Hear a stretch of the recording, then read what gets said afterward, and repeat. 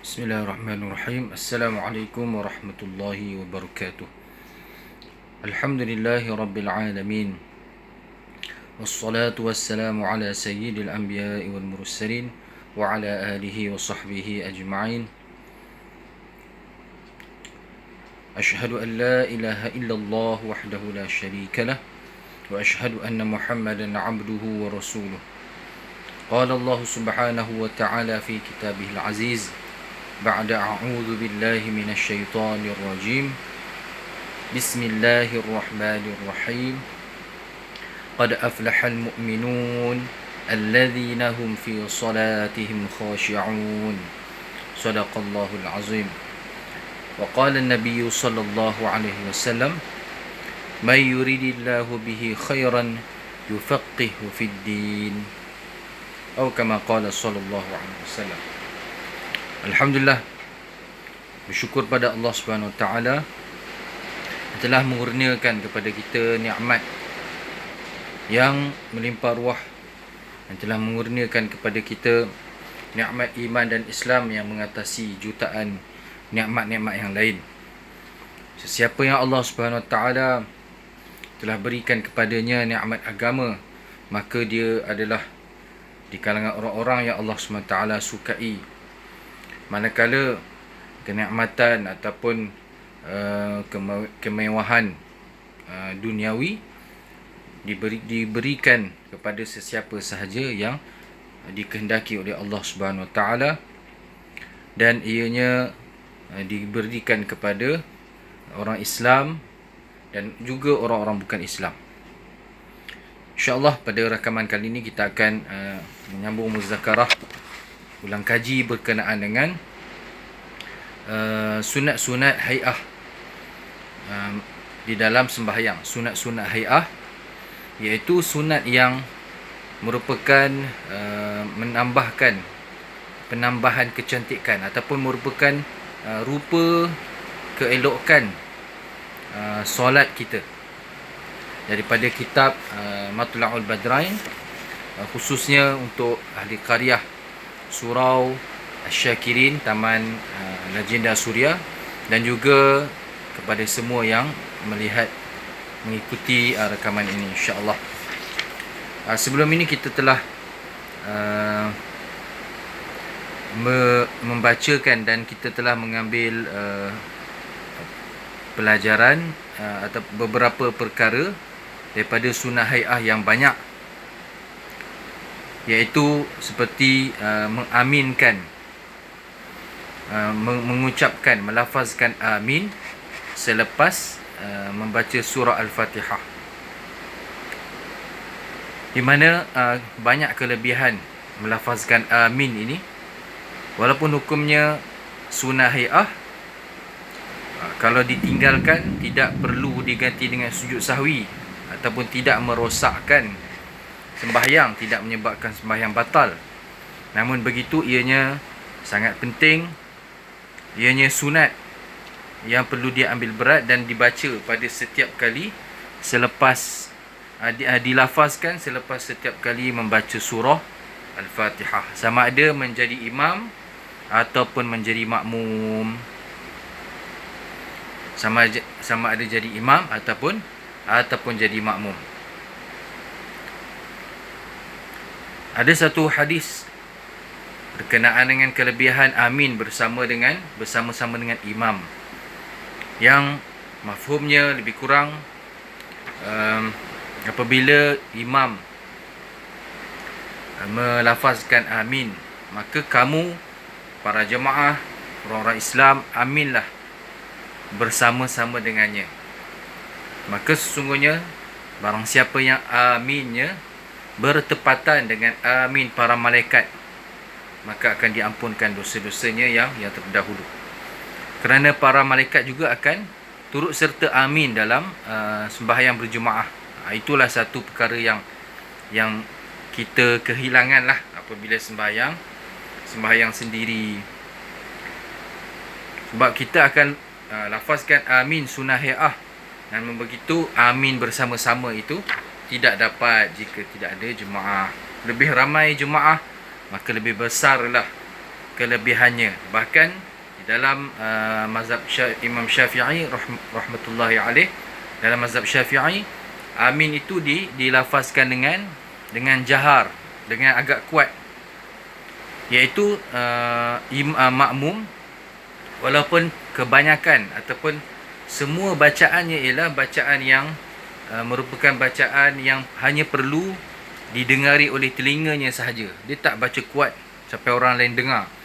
Tapi apabila melafazkan amin pada selepas baca surah Al-Fatihah ataupun ketika mengaminkan doa kunut yang dibaca oleh imam, maka aminnya kuat sedikit, lebih kuat daripada bacaan rukun qauli yang lain, seperti baca surah Al-Fatihah, baca tahiyat.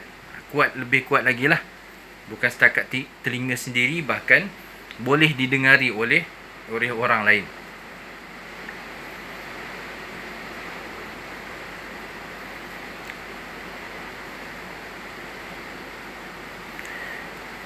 Seterusnya, sunat hay'ah yang ke 1, 2, 3.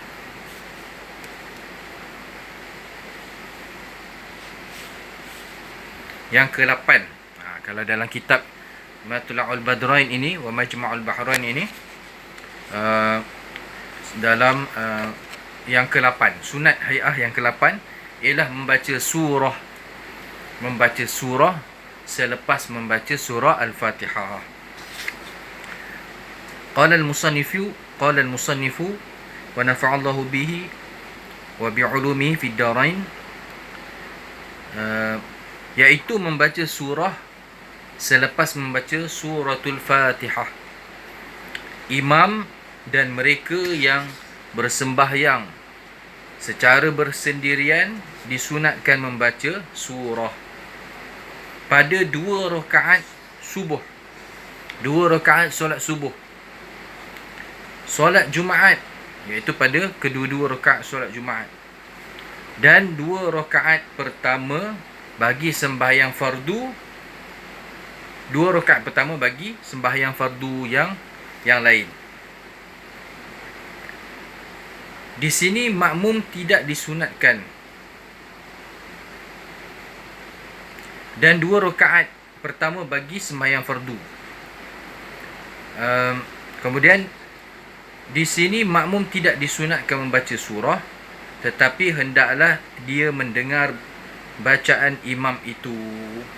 Ada perbezaan di antara orang yang sembahyang sendiri dengan yang menjadi makmum.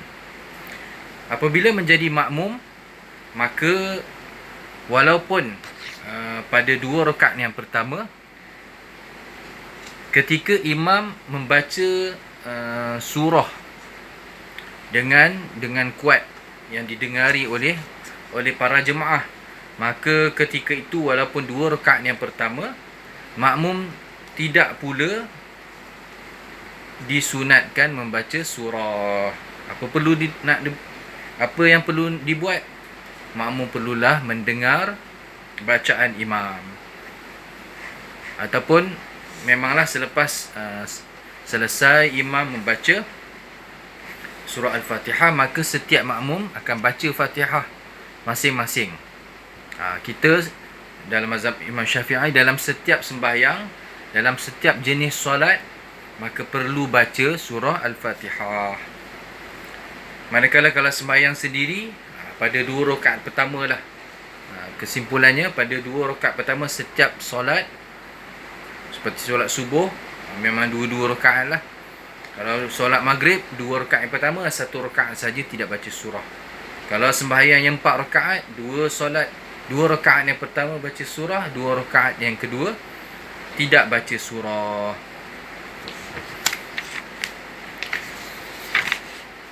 Jadi bila tidak baca ni, bila tidak sunat baca, maka apabila dibaca juga, maka dia akan jadi makruh. Contohnya pada rakaat ketiga, keempat, ada orang yang dikecualikan, ada orang yang boleh baca. Contohnya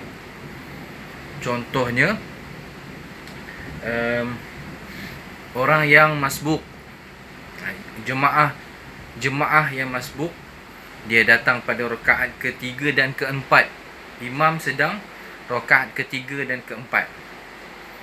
Maka imam dan para jemaah lain yang tidak masbuk, mereka hanya baca surah Al-Fatihah saja. Tetapi kalau makmum yang lambat tu, bagi dia baru rakaat pertama dan kedua, maka jika ada masa, dia pun boleh baca surah dia sahaja dalam situasi begitu saja. Adapun situasi makmum yang lain, ketika imam membaca surah pada dua rakaat pertama, maka makmum hendaklah mendengar bacaan imam. Tidak perlu baca, tidak disunatkan baca surah. Tapi surah Al-Fatihah kena baca dululah. Kena baca, mesti wajib dibaca. Ada situasi lain yang selain daripada yang saya sebutkan tadi, orang yang masbuk, dia masuk pada rakaat ketiga, keempat, dia boleh baca surah. Ada juga situasi yang lain. Jika makmum tidak mendengar bacaan imam, makmum tak dengar bacaan surah imam, makmum yang sembahyang mengikut imam, pada rakaat pertama dan kedua tu dia tak dengar pun bacaan imam. Mungkin juga bacaan surah Al-Fatihah pun dia tak berapa dengar, tapi dia tahulah. Dia tahu ataupun dia nampaklah pergerakan imam tu dan juga makmum yang lain, maka ikutan sembahyangnya sah, tak ada masalah. Tapi bacaan tu tak berapa dengar. Okey, kita bincang bacaan surah tak berapa dengar.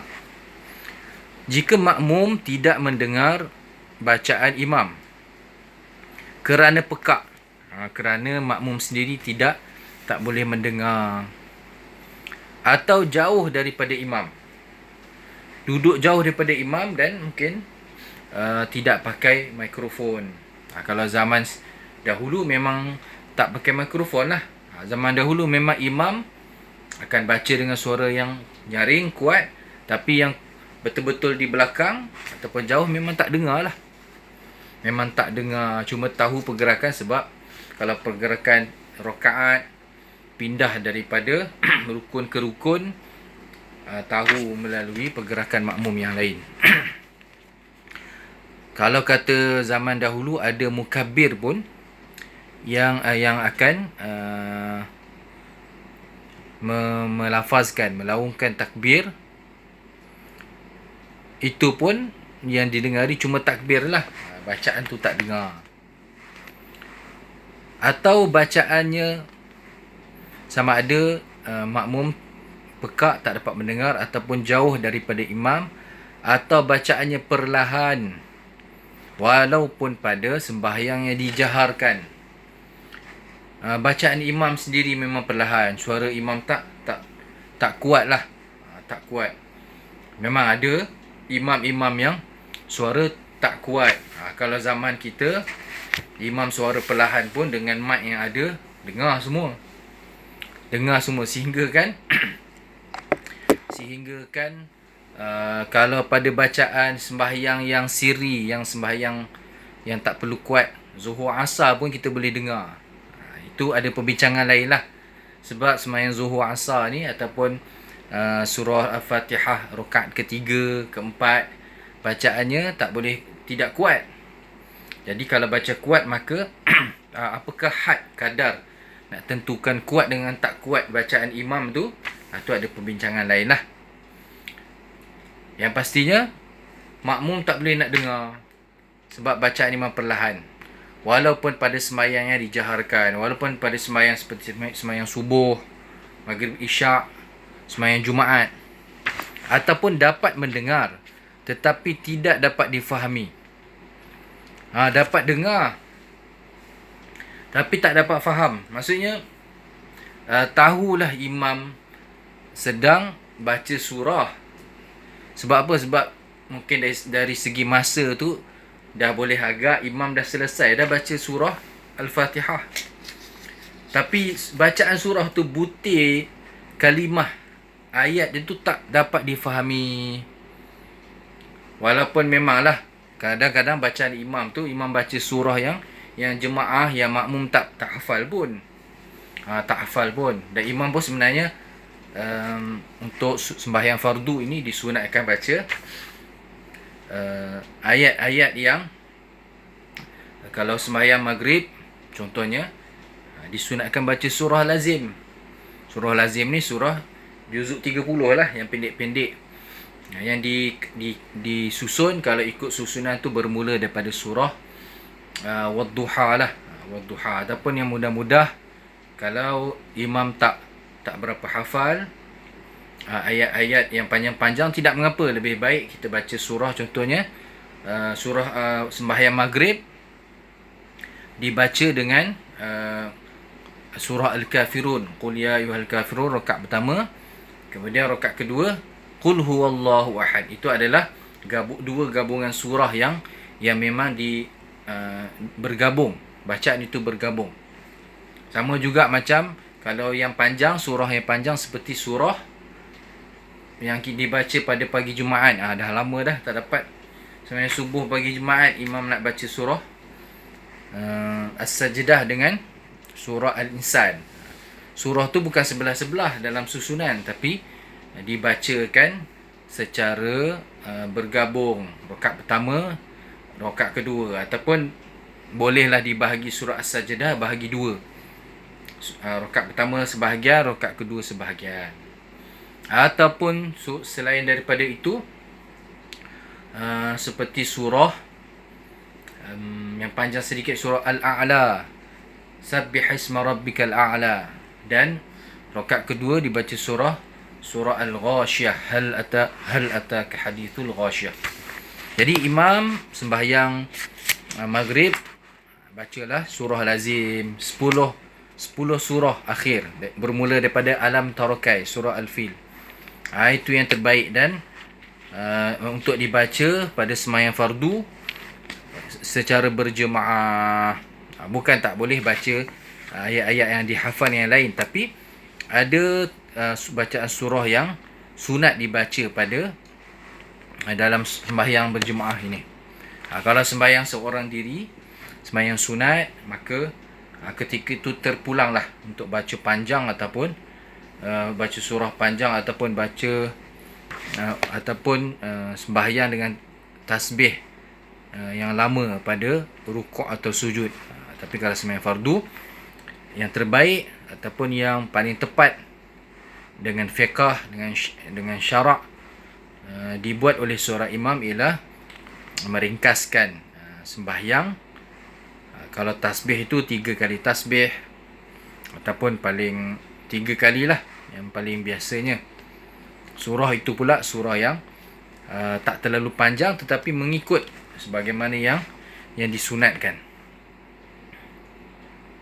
Jadi kalau kata makmum tak dapat faham bacaan imam, mana nak dengar tu, nak hayati tu, tak dapat lah.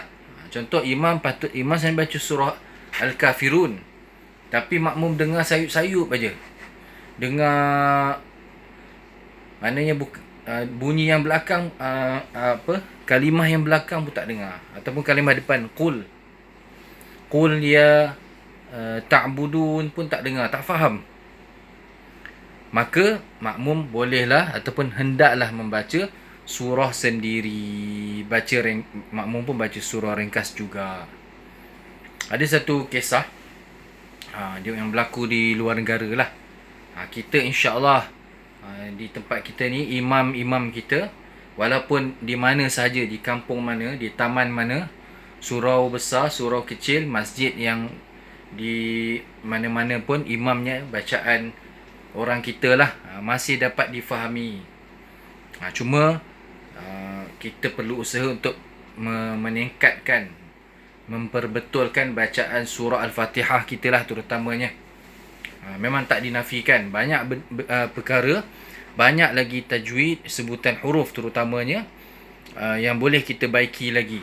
Sama ada imam sebagai pemimpin dalam solat, termasuk juga makmum, setiap kita masing-masing kena semak bacaan Al-Fatihah kita dan semak bacaan tahiyat kita yang rukun tu lah, supaya apabila kita baca surah Al-Fatihah kita telah sampai pada kadar yang minimum yang dikira sebagai sah.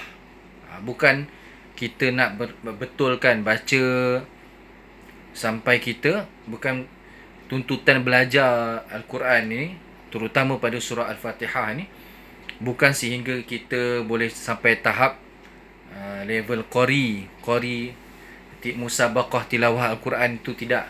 Tapi yang lepas, yang lulus mengikut tahap fiqh, hurufnya tak tertukar, sabdunya ada, dijaga, ataupun kalimah-kalimahnya tidak tertukar. Biasanya biasa orang kita ni pada sabdu lah dengan huruf. Tapi kalau yang lain-lain tu tak ada masalah sangat. Ini yang berlaku di luar negara lah. Ada seorang diceritakan oleh salah seorang ustaz yang pergi ke satu negara. Masa tu tengah sampai di masjid, sedang sembahyang lah. Yang orang ustaz ni dan sahabat-sahabatnya, rakan jemaahnya baru sampai. Jadi masa tu speaker luar pasang lah di tempat tu. Sebab apa? Tempat tu walaupun negara bukan Islam, tapi kawasan tu kawasan Islam. Jadi speaker tu kuat, boleh dengar bacaan imam daripada luar, daripada jauh lah. Masa tu imam baca surah. Ini berlaku di China lah, di negara China. Negara China, saudara Islam kita di sana. Jadi bila kata ustaz tu, bila sampai tu, tahu imam sedang baca surah. Sebab surah dengan Al-Fatihah kan beza. Tapi tak dapat tangkap imam baca surah apa, walaupun didengari suara itu dengan jelas. Tu sebab sebutan lah, sebab pelatnya. Walaupun imam dah nak habis surah, barulah ustaz kata boleh tahu tu surah apa. Rupanya dia baca surah Wattini Wazzaitun. Dia dengung tu lain sikit. Dia punya tarannum tu terlalu jauh sangat daripada tarannum Arab. Orang kita yang sepatutnya kita belajar bukanlah nak belajar tarannum sangat, tapi cukup sekadar bacaan tartil sebagaimana mengikut tajwid dan juga sebutan-sebutan yang sebagaimana yang dibaca oleh orang Arab lah. Bukan ke arah Melayu kita sangat. Tapi insya-Allah bacaan-bacaan orang kita, lidah-lidah kita ini tidaklah sesukar mana untuk memperbetulkan bacaan Al-Quran. Jadi kalau macam tu pun agaknya baca surah sendirilah, tak dapat nak faham. Jika seseorang terlupa membaca surah pada 2 rakaat yang pertama, hendaklah ia membaca surah pada rakaat yang baqinya. Ini kalau sembahyang sendirian atau sembahyang sunat. Patutnya sembahyang zuhur, 2 rakaat pertama dia baca surah selepas baca surah Al-Fatihah, tapi lupa. Rakaat pertama habis surah Al-Fatihah terus rukuk. Rakaat kedua pun sama juga, habis surah Al-Fatihah terus rukuk. Maka apabila dia teringat pada rakaat ketiga, dia boleh baca, dia hendaklah baca surah. Dan kalau itu sembahyang 4 rakaat lah. Kalau sembahyang 3 rakaat seperti sembahyang maghrib, contohnya dia terlupa baca surah pada rakaat pertama, maka rakaat kedua dia baca surah, rakaat ketiga pun dia baca surah juga.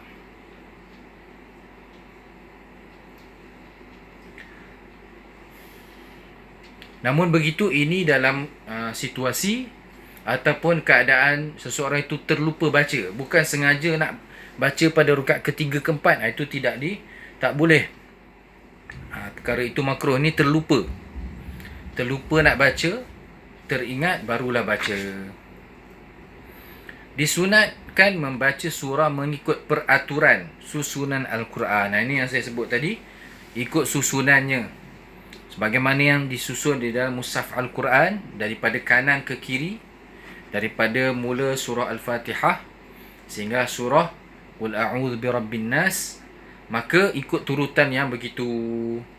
Kalau surah lazim ni kita hafal lah, kita perhatikan apa turutan dia. Contoh rakaat pertama tadi kita dah baca surah Alam Tara Al-Fil, Alam Tara kaifa fa'ala rabbuka bi ashabil fil. Maka rakaat kedua kita hendaklah baca surah yang selepas itu, ataupun kalau bukan surah yang selepas surah Al-Fil pun hendaklah surah yang surah yang beberapa surah selepasnya yang ke arah surah An-Nas. Contoh selepas surah Al-Fil, Alam Tara kaifa fa'ala rabbuka bi ashabil fil, surah Quraisy. Yang terbaiknya kita baca terus surah yang seterusnya. Boleh juga kalau nak baca surah Al-Ma'un. Boleh juga kalau nak baca surah Al-Kautsar, inna a'tainakal kautsar. Yang tak boleh, yang tidak sunat. Bila tak sunat makruh lah kalau sengaja, kalau tahu. Sebab tu kita perlu tahulah susunan. Contoh kita baca rakaat pertama surah Al-Fil, rakaat kedua kita nak baca surah Al-Humazah. Surah Al-Humazah ni surah sebelumnya, wailul likulli humazatil lumazah. Maka tidak sunat kita buat begitu. Kalau tidak, dia tak menjejaskan kesahihan sembahyang. Tak perlu pun sujud sahwi, tak perlu pun ulang. Tetapi jika tahu dan sengaja, maka jadi makruh lah. Jadi makruh. Ataupun contohnya seorang tu baca surah Al-Falaq pada rakaat pertama. Ni memang tinggal lagi 2 surah dalam susunan.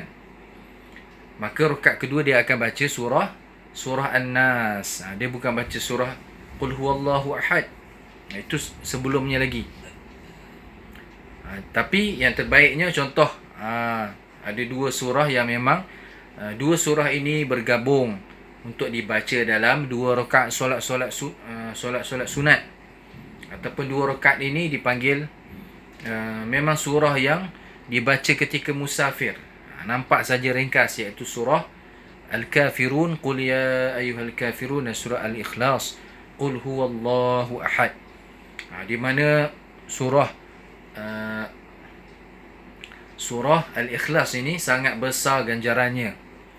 Dan memang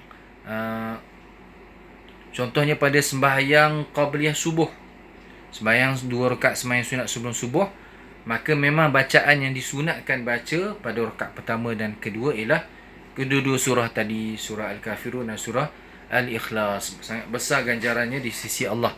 Kerana surah Al-Ikhlas sendiri dari segi ganjaran, dari segi pahalanya menyamai dengan 1/3 Al-Quran. Jadi surah Al-Ikhlas ni bukan biasa-biasa. Sebab tu kita perlu elakkan melihat ataupun menganggap surah Qul huwallah ni sebagai remeh, atau kalau tak anggap remeh pun sebagai simple. Contohnya imam, asalkan dia jadi imam, dia baca Qul ya Qul huwallah. Jadi apa, imam ni saya baca Qul huwallah je, ataupun dia jadi je tu mengatakan Qul huwallah je tu tak betul lah. Tak sesuai dengan kemuliaan, kebesaran dan keagungan surah Al-Ikhlas. Bahkan ada sahabat Nabi SAW yang jadi imam, dia akan baca surah Al-Ikhlas saja, sehingga diadukan kepada Rasulullah SAW. Dia jadi imam tapi dia baca surah Al-Ikhlas je. Maka bila ditanya, dia pun menjawab dia sangat suka, dia sangat kasihkan 2 surah ini. Maka Nabi SAW menjawab yang lebih kurang mafhum hadisnya, kecintaan kamu, sukanya kamu pada surah itu akan membawa kamu ke syurga. Jadi itu tentang membaca surah. Sebenarnya membaca surah ini sama juga dari segi kita perlu semak bacaan surah yang kita hendak baca di dalam sembahyang.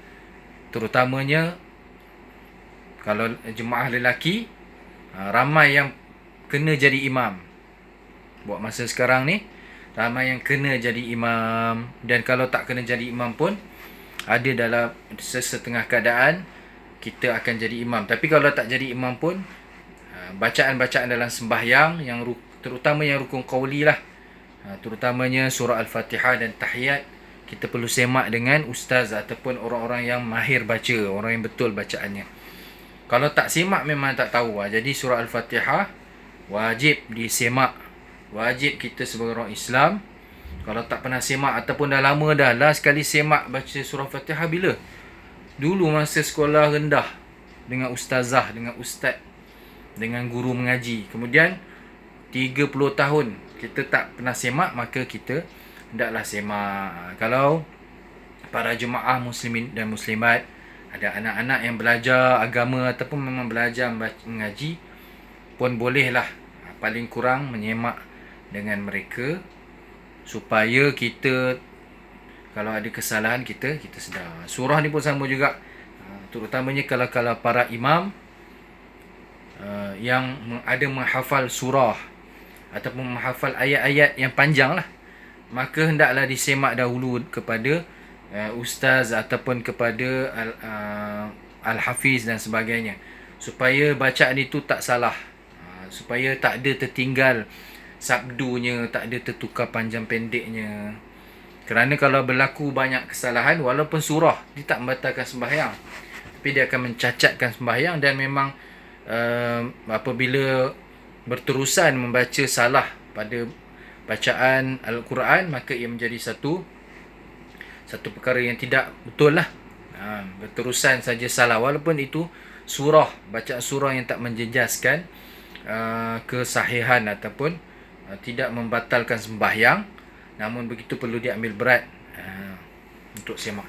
Wallahu alam. InsyaAllah kita akan sambung pada sunnah hai'ah yang seterusnya pada rakaman akan datang ataupun lain kali. Namun kita berdoa supaya masjid dan surau kita kembali dibuka, kita umat Islam kembali dapat menunaikan perkara yang paling penting, yang paling utama ditunaikan, didirikan dalam rumah Allah itu, iaitu di masjid atau di surau, iaitu sembahyang fardu. Sembahyang fardu itu yang kita risaukan. Walaupun masjid ni tempat untuk maslahat orang-orang Islam, maslahat untuk masyarakat, namun begitu hendaklah hidup sembahyang berjemaah dahulu, ataupun hendaklah kita memikirkan kemaslahatan sembahyang berjemaah berbanding perkara-perkara yang lain. Maka dengan itu barulah rahmat Allah Subhanahu Wa Taala akan tersebar, akan turun daripada langit, akan keluar daripada bumi.